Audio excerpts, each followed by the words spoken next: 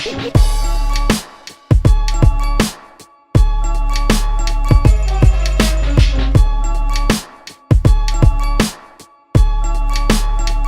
to the show, Mr. Kgengwenyane.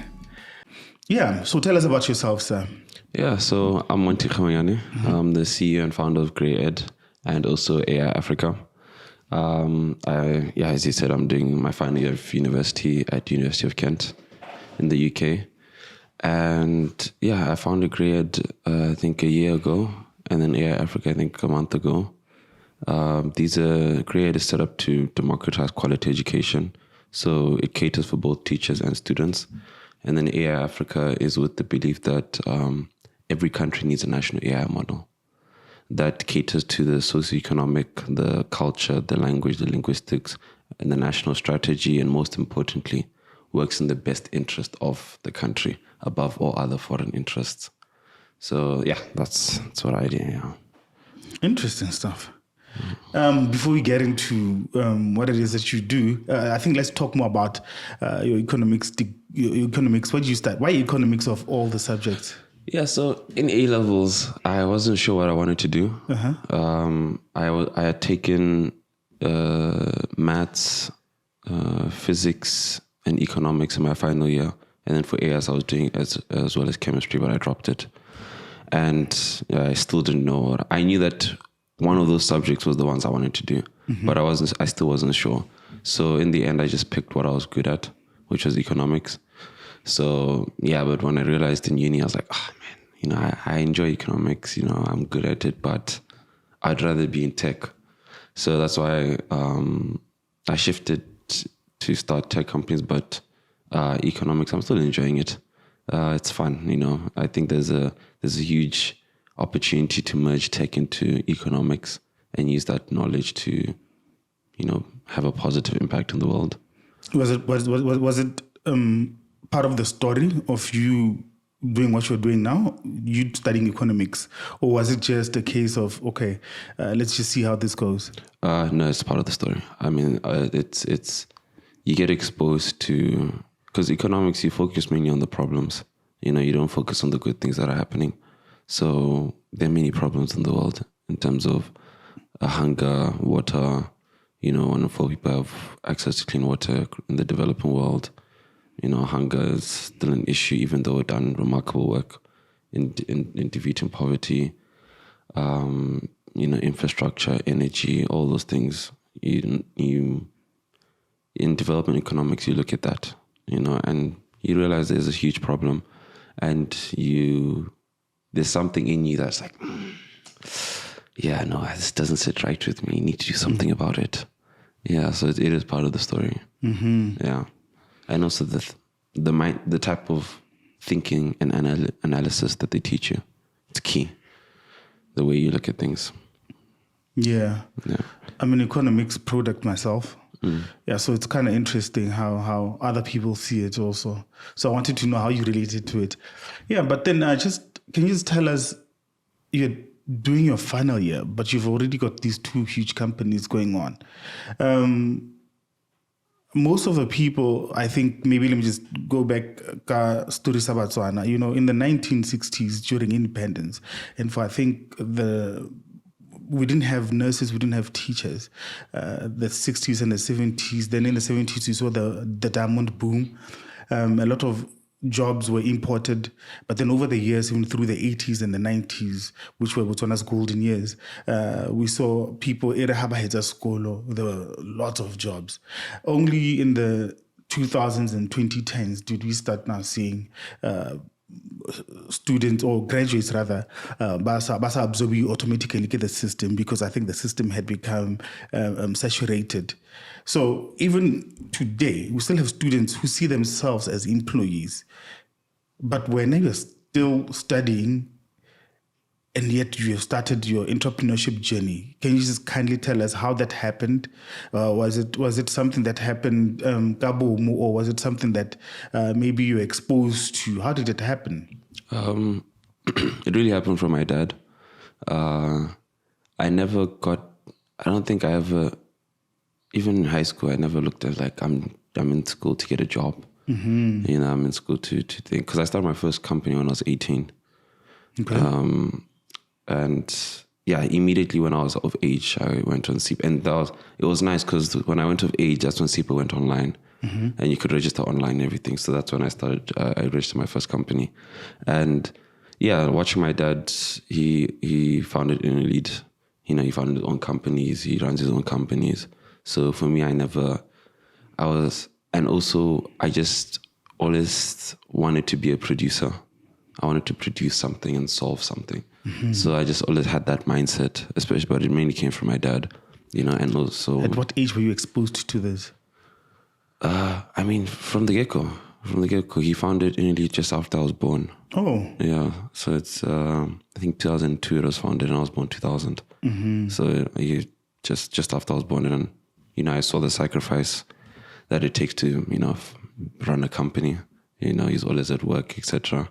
And then also the hard work comes from my mom and my dad. My mom has worked ridiculously hard, you know. When I go late nights, 2 a.m., she's still there. She's still awake working, you know, and then at 6 when we wake up, she's there, awake and up and running.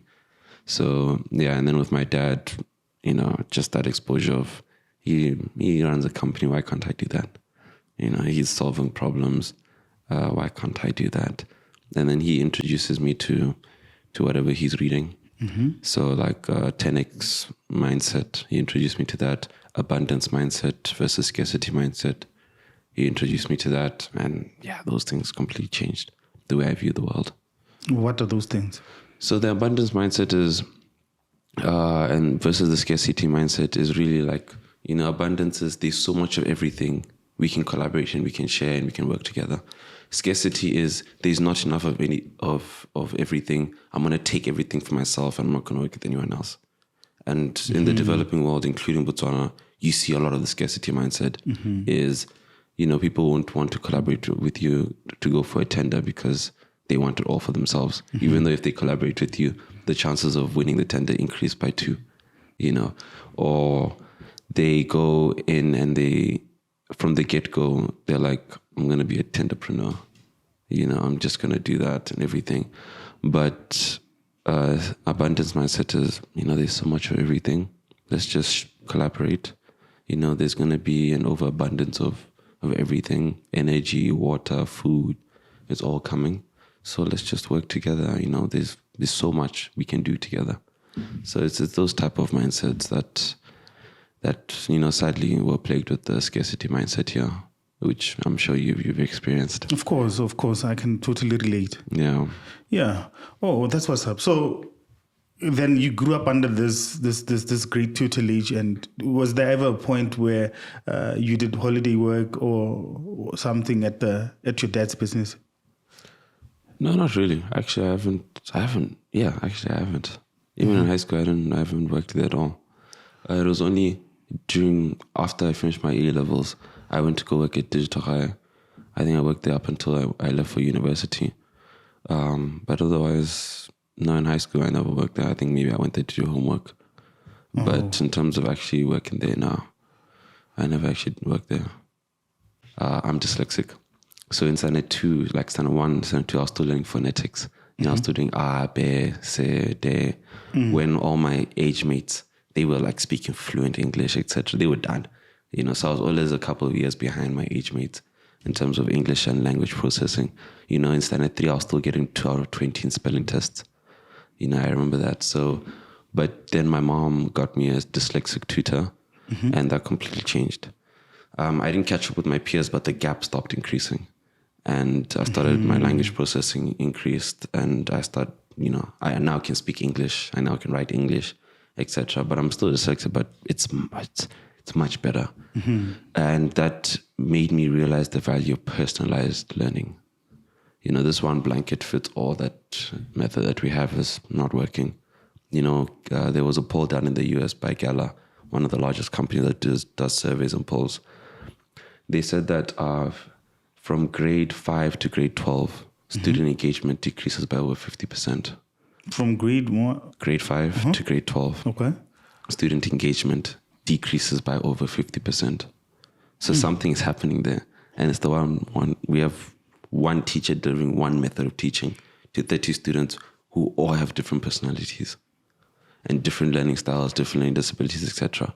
So I found a great ed with the mission to democratize quality education and then also provide personalized learning. So what it does is it learns your habits, your interests, your preferred learning path, preferred learning style.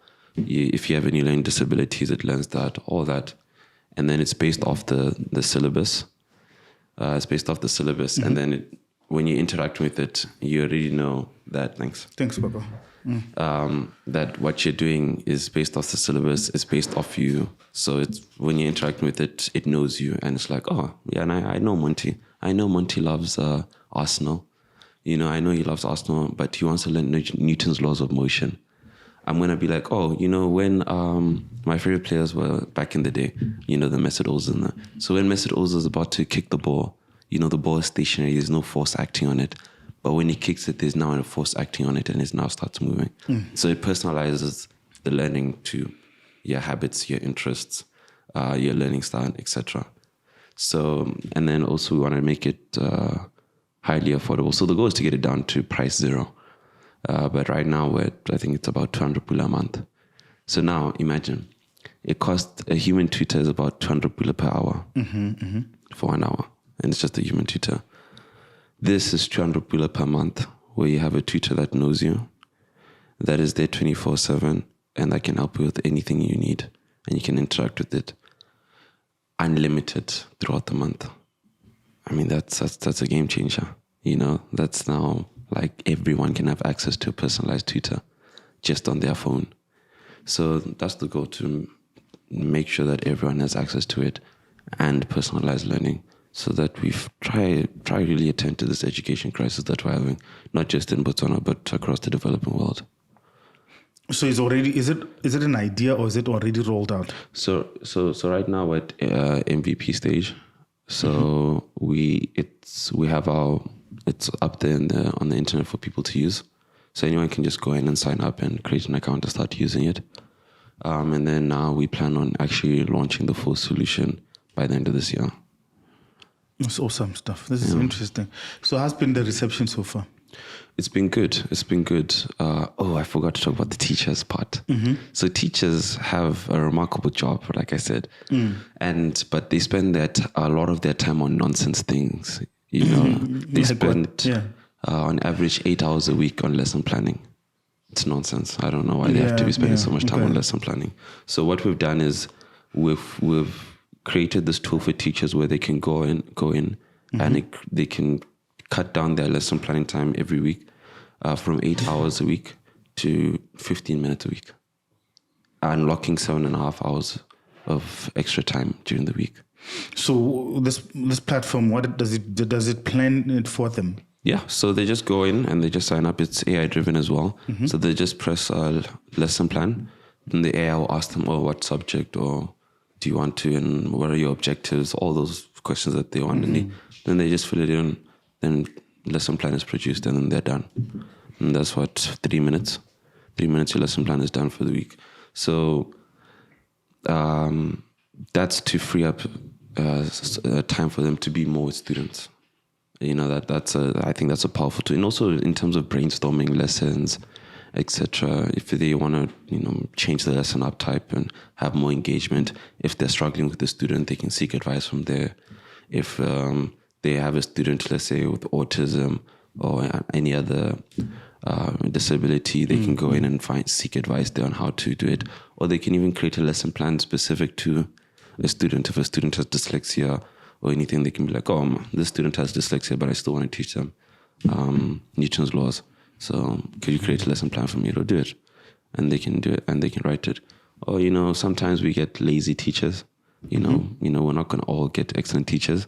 So sometimes this lazy teacher can go in and be like, can you just write the script for the lesson for me? So just tell me what I should say. And you'll write the script for them, and they just need to read it and deliver the lesson.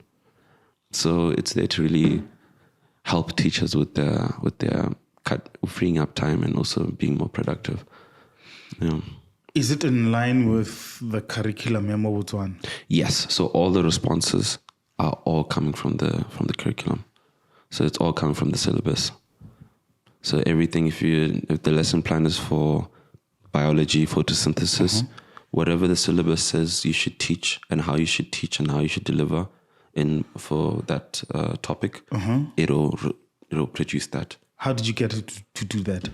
We just gathered all the data for the curriculum and the syllabuses and all that, and then we trained the AI on it, and then fine tuning, prompt engineering, all that, and then the AI is now trained to respond according to that.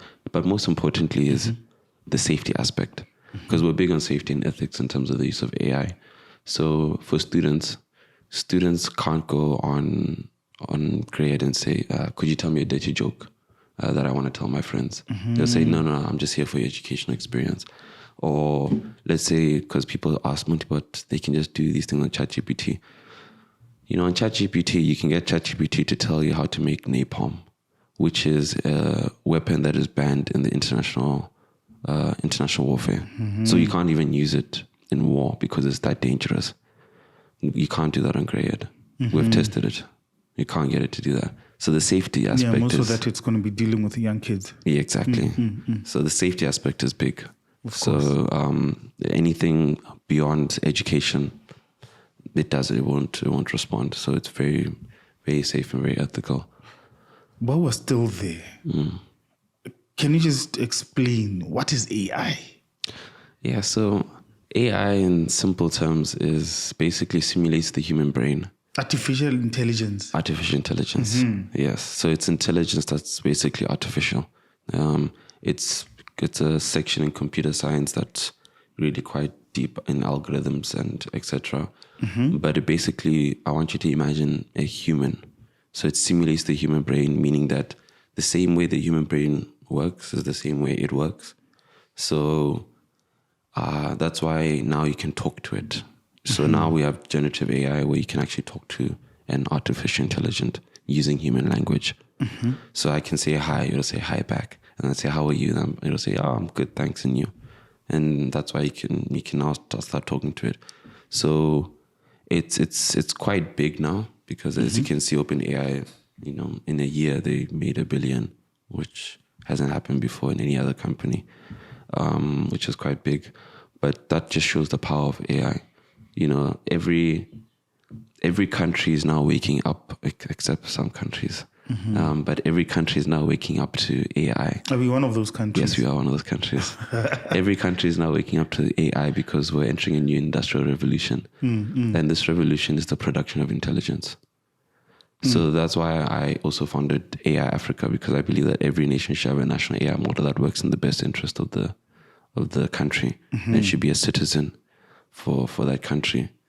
And the reason also being is that, in the West, they say that robots are like the Terminator movies. They're here to destroy us. But in the East, like in Japan, the Japanese see robots as helpers. So you see the difference in mentality.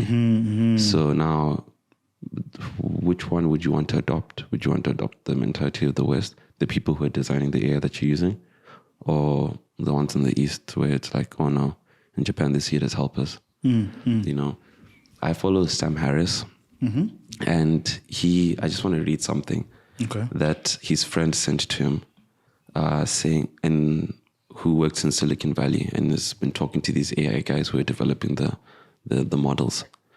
So he says, in the end, a lot of tech people I'm talking to, when I really grill them on it, they retreat into number 1, determinism. Number 2, the inevitable replacement of biological life with digital life. And number 3, that being a good thing anyways. At its core, it's an emotional desire to meet and speak to the most intelligent entity they've ever met. And they have some ego religious intuition that they'll somehow be a part of it. It's thrilling to start a fire, an exciting fire. They feel they will die either way. So they'd like to light it just to see what happens. Now that's a psychology that's quite, I don't think everyone would agree with. So that's why it's important to have national AI models. So you told us what problem is being solved by GreyX. What problem is being solved? Greyhead, yes. Yeah. What problem is being solved here?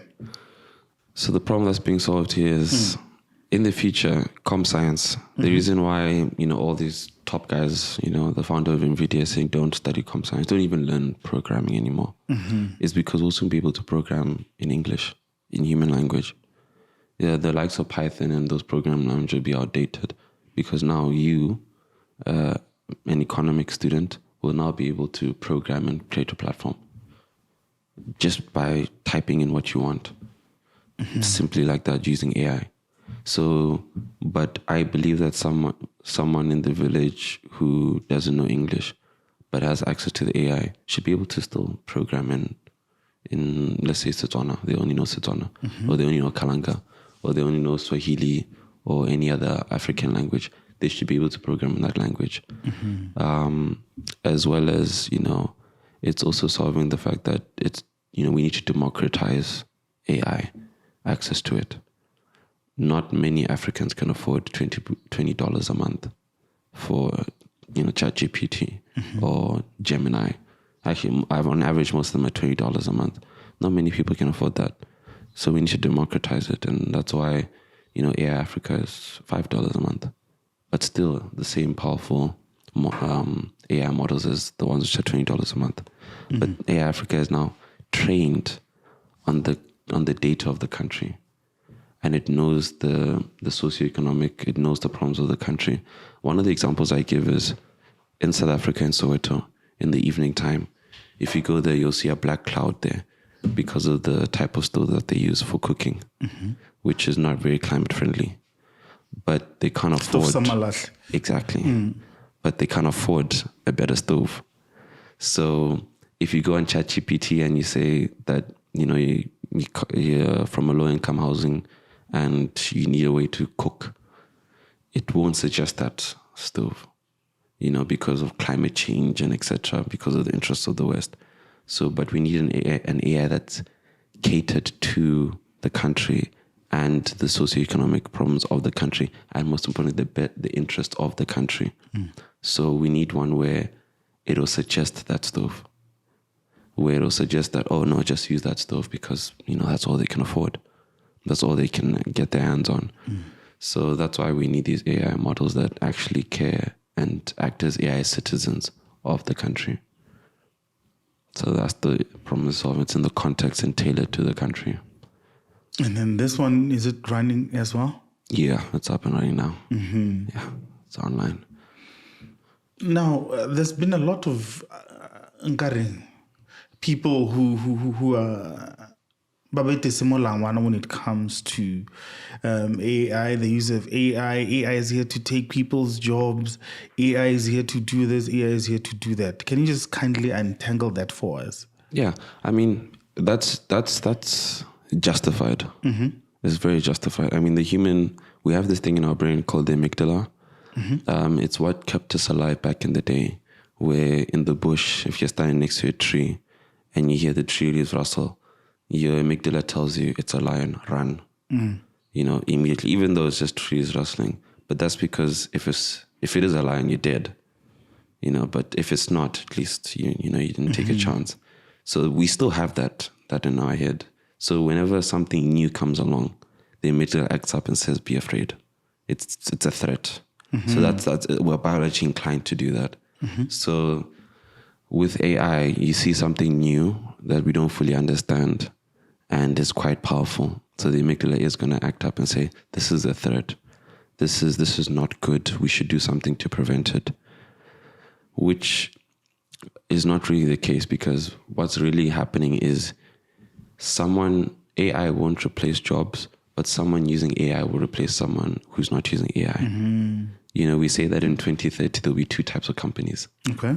Those fully utilizing AI and those that are out of business. 2013, 6 years' time. Yeah. Those which what? Those that are fully utilizing AI and those that are out of business.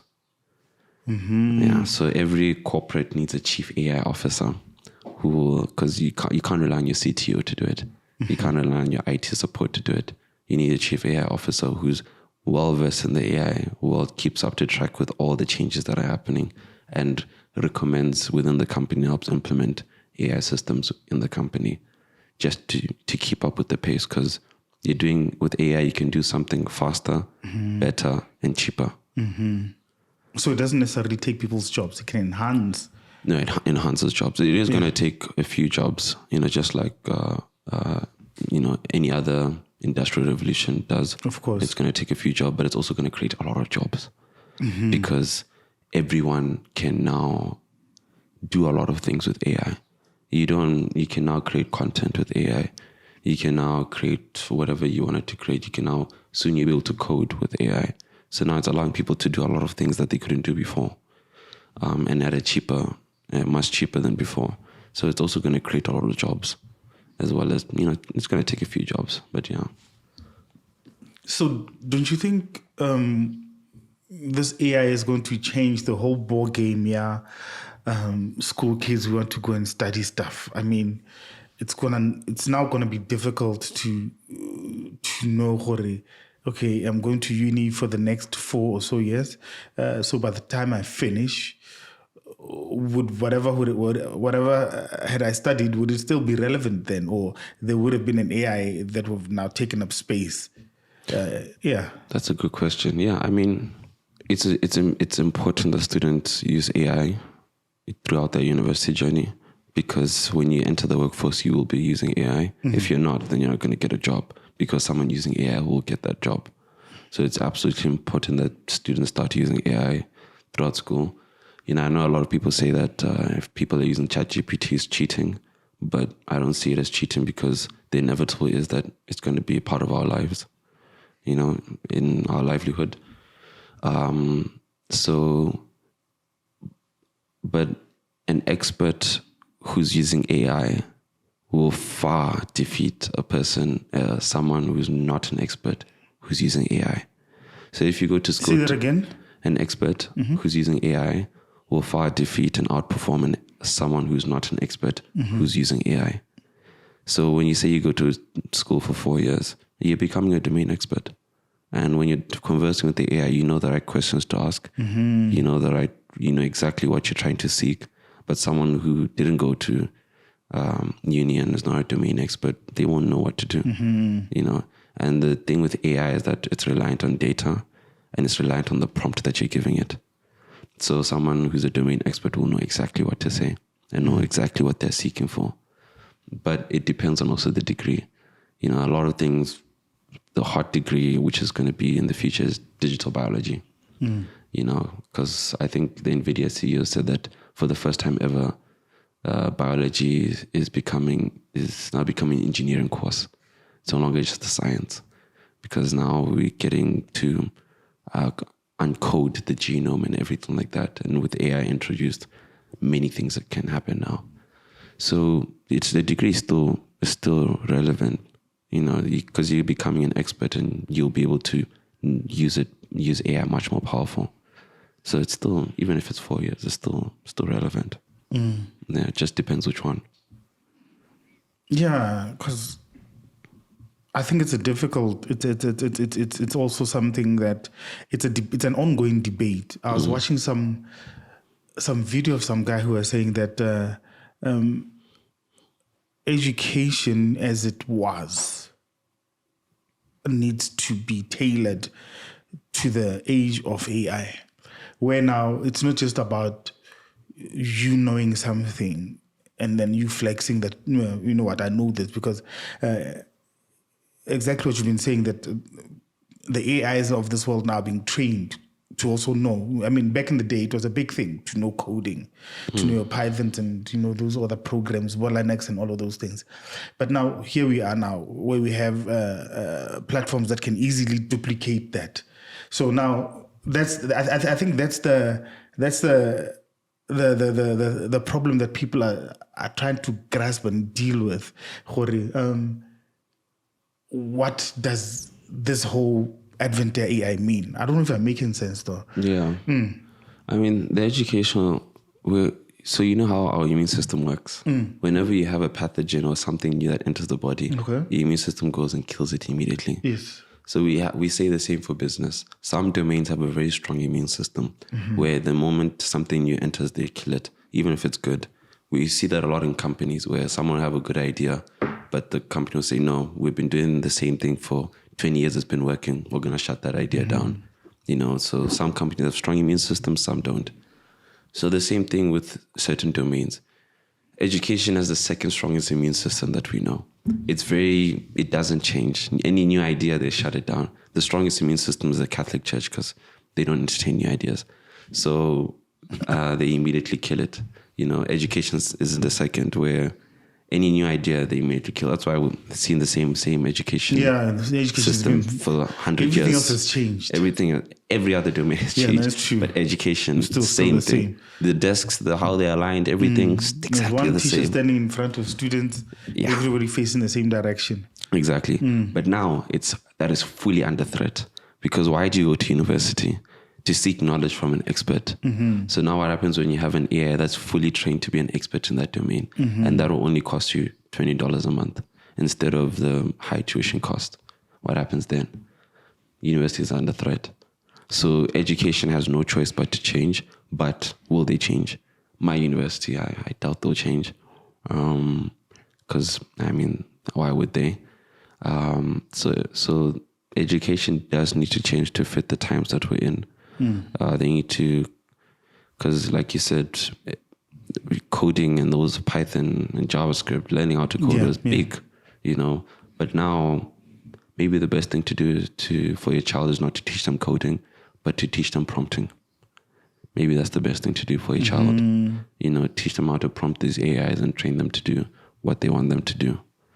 So it's going to be interesting how education, what they decide to do, if they decide to change or not. But one thing for sure is someone is going to come up with a new idea for education that's going to completely disrupt the current model. And that will be adopted because of the way the future is moving.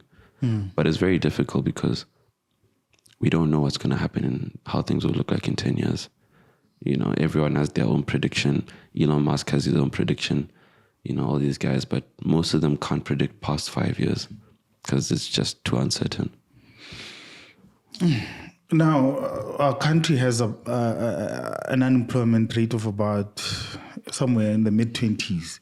I think it's about 24-25%. And economically, it should be brought down for the ecosystem to work. This obviously affects things like your insurance markets, your financial markets, where there's pension schemes. Pension works in the sense that you start working in your 20s. The assumptions are that you start working in your 20s and then you retire at 60, 65. I think 65 more was on, right? So you work for those 40-something, 45 years, you're working. And then as you work, there's a portion of your salary that you contribute towards pension. And then by the time you're 65, you take your package.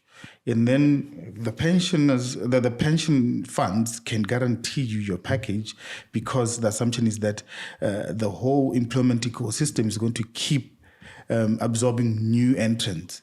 Now, when you have high unemployment rates or graduate unemployment rates as high as that, this whole thing collapses because now there's many people there's now X number of people reaching that retirement age, but not enough people entering to keep the whole system stable.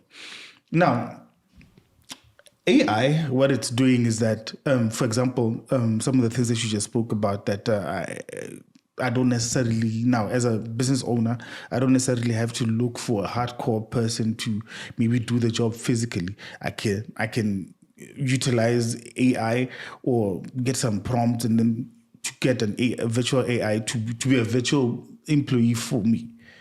So don't you see this as a threat, not just to unemployed students and graduates and what have you, but also to the whole economic outlook of a country? I don't see it as a threat because now those people can create businesses. Because now you don't have to know how to do business in order to run a business. You can get AI to run the business. I've seen many people experiment in making the AI the CEO of the company, and it's worked out. It's worked out. So now you don't have to know business to run a business. You just get AI to do it. And when things come, you just ask AI for advice. Well, what should I do? Okay, model out the different scenarios that could happen. Okay, let's make a plan for each scenario so that in this meeting, if the scenario comes up, I know what to do. And you do it just like that. I mean, you could go, I've seen people when I launched 10x BW, which was an AI tailored to Botswana. Many people created business plans there. Many people created loan applications there. Many people had the did the CEDA applications there. Many people went to Leah. Many people went to YDF. Many people did that, and then many people ran their own businesses. I've seen people. The one I like quoting is there's a farmer up north, a young girl. I think she's 22 or something, who has a farm up north, and they were using 10x BW. In Botswana, and up north in Maung, and they had a pig farm, and they managed to double the amount of pigs in the same size land purely from using AI. So it's people. You can do a lot of things if you actually utilize it. You don't have to be a domain expert to do the work, So I think it's going to unlock a lot of opportunities for people. That those who are sitting around, they don't know what to do or anything, they can now start using AI to, do.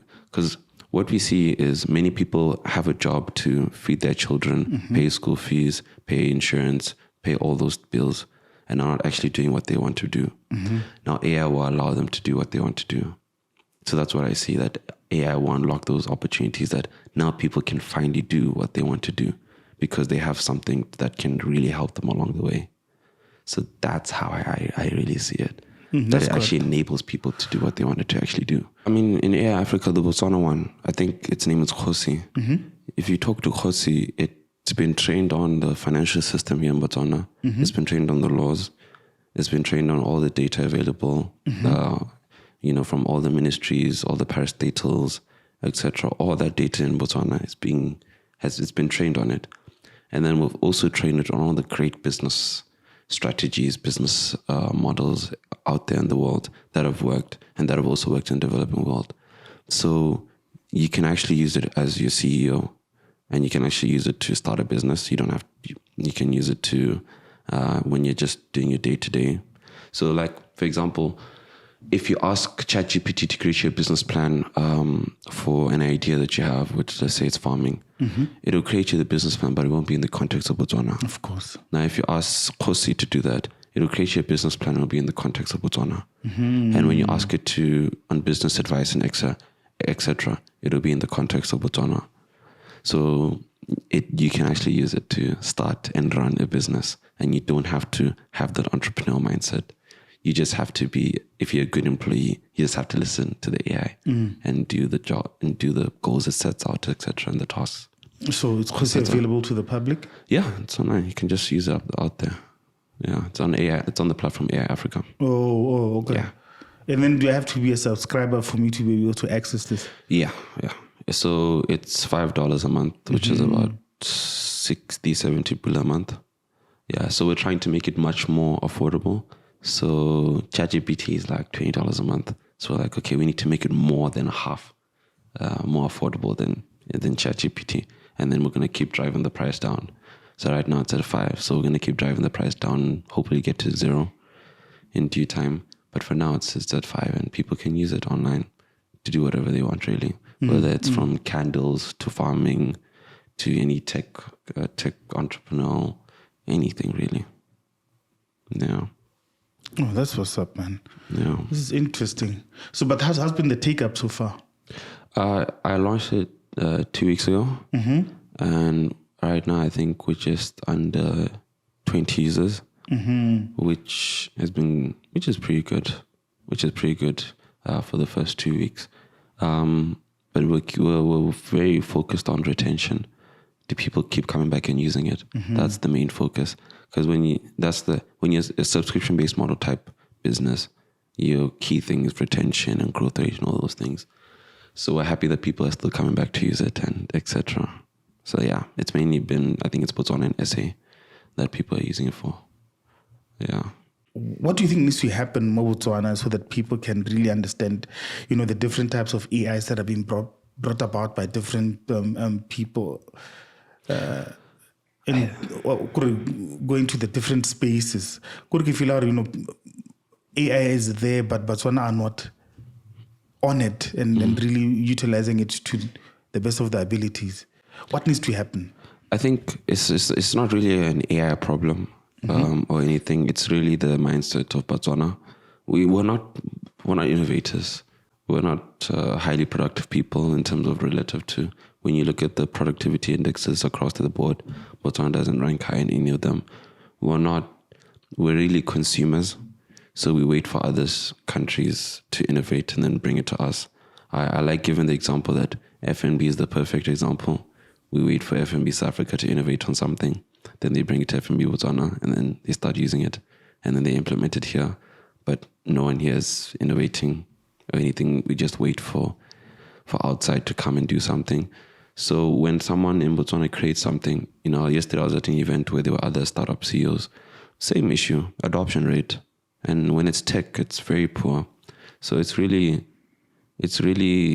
a mindset thing that we really need to change a mindset that, no, we should actually, let's be courageous and be a first-time user. Let's be courageous and be a first-time adopter in something and see where it goes, because these things can really help a lot of people, especially middle income, low income households. It can really help them a lot. But it's just the mindset of whether they decide to use it, and it's up to the leaders to have that initiative to change the mindset. Whether they're doing it the right way or not is debatable. But the mindset is really needs to change in Botswana. That's really the key thing. We have national I don't know if I call them national slogans or principles like mindset change, knowledge-based economy. These are very famous phrases. Do you think, are we getting there with them, or what needs to happen? I think Botswana is very good at virtue signaling. It's very good at what? Virtue signaling. So praying in public, showing that we're doing something good, but in reality, nothing is really happening. So I think all these knowledge-based economy mindset change are changing. They look good on the outside, but on the inside, have they really done anything? Have you approached them, these people, and had a conversation with them? No, I have not. I try. I really care about the customer, so I interact more with the customer. Yeah. Okay. Are there any bodies that maybe tech experts Botswana or AI people Botswana? Are there any bodies of that kind? I haven't heard of any. Even the people I know in the tech CEOs in Botswana who are doing good job, I haven't heard of any association or anything. Yeah, no, they're not. They should be. I mean, there's fintech and fintech association, etc. But in terms of AI, there isn't. Yeah, there isn't any association. Yeah, maybe that's something to look into. Yeah, because it's much needed. It can really help a lot of people. So, where to from here? In terms of like next plans? Yeah, your plans, you after finishing school and all of those things. Right now, I just can't wait to finish exams in May next month. I can't wait to finish those so that I'm actually done with school. And then I can put full focus onto Grey Ed and AI Africa and other initiatives that are going on the side as well that I think will be very important in the next 10 years for the continent and generally the developing world. So I'm very excited to do that. I have another initiative in the UK where I've joined a team of who are also passionate about education. So I plan to learn a lot there so that we can plug it in here. But yeah, I'm going to keep trying to do hopefully the right thing, the thing that I believe to be is the right thing to do. And see where that leads. That leads to, because it's hard to predict the next 10 years. So I'm just, like, for example, one of the things that bring me high anxiety is the fact that I have no clue what I'm doing. You know, I just hope I'm doing the right thing, especially with AI Africa. I have no clue whether it'll work or not. Yeah, You no, know, that's true. You know, because no one knows what the world is going to look like in 10 years. So I have no clue, but I truly believe it'll help a lot of people. So that's why I'm doing it. So it's pretty exciting to go out into the unknown and see what happens. No, that's what I plan on doing, going out into the unknown and see what happens. Yeah. Any last words? Any last words is embrace AI, embrace these new technologies, because we don't really have a choice. You can't be fearful of them. You can't have negative emotions towards them, because they're here to stay, and it's a new industrial revolution. You're either going to get left behind because of how you feel about them, or you can join the ride and not be left behind. So that's my advice to everyone, that embrace them. You have no choice. You have no choice. Whether you're an employee or a business owner or government, you have no choice, because other governments in Africa are embracing AI.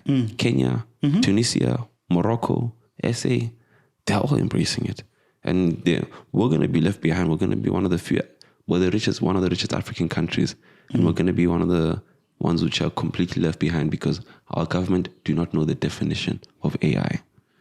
So it's important that even government adopts it on top of private sector. Yeah. Motheo Kgengwenyane, thank you very much for your time. I think I really appreciated this mind-stimulating conversation that we had. I just hope that the people are going to be able to, people listening and, you know, the powers that be would be able to listen to it and take it as it is, and that we need to be doing something, especially in the spaces of AI, to make things better and easier for everyone. Thank you for your time, sir. No, thanks for having me. I really appreciate it.